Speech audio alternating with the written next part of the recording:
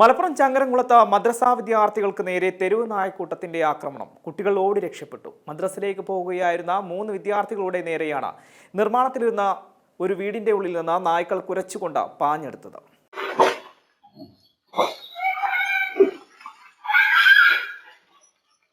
മലപ്പുറം ചങ്ങരംകുളം മാട്ടത്താണ് മദ്രസയിലേക്ക് പോകുകയായിരുന്ന വിദ്യാർത്ഥികൾക്ക് നേരെ തെരുവ് നായക്കൂട്ടം പാഞ്ഞെടുത്തത്.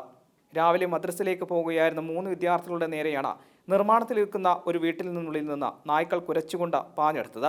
നായ്ക്കളുടെ വരവ് മനസ്സിലാക്കാൻ കഴിഞ്ഞതുകൊണ്ട് കുട്ടികൾ വേഗത്തിൽ ഓടി അടുത്തുള്ള വീട്ടിലേക്ക് കയറി രക്ഷപ്പെടുകയായിരുന്നു.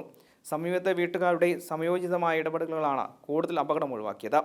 ഈ പ്രദേശത്ത് തെരുവുനായ ശല്യം രൂക്ഷമാണെന്ന് നാട്ടുകാർ പരാതിപ്പെട്ടു. M5 news, Malappuram.